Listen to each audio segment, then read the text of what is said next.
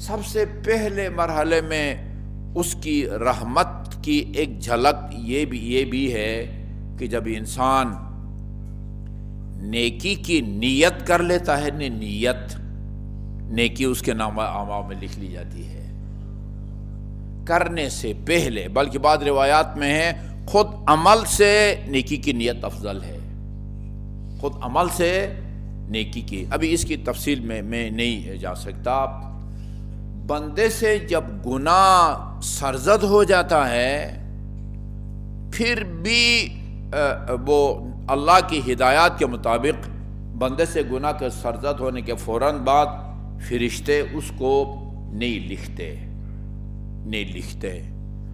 خدا فرماتا ہے 7 گھنٹہ اس کو مہلت دو، ہو سکتا ہے پشیمان ہو جائے تو اصلاً یہ تحریر میں ہی نہ آ جائے، یہ ریکارڈ میں ہی نہ آ جائے۔